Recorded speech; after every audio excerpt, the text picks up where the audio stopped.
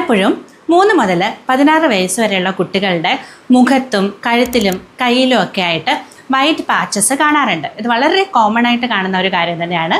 അപ്പോൾ അതിനെക്കുറിച്ച് സംസാരിക്കാം. Hi Dev, this is doctor Aryadevi. കൂടുതലായിട്ടും കുഞ്ഞുങ്ങളുടെ മുഖത്തൊക്കെ ആയിട്ട് വളരെ പെയിലായിട്ടുള്ള വട്ടത്തിലുള്ള അല്ലെങ്കിൽ ഓവൽ ഷേപ്പിലുള്ള പാടുകളായിട്ടാണ് ഇത് കാണപ്പെടാറുള്ളത്.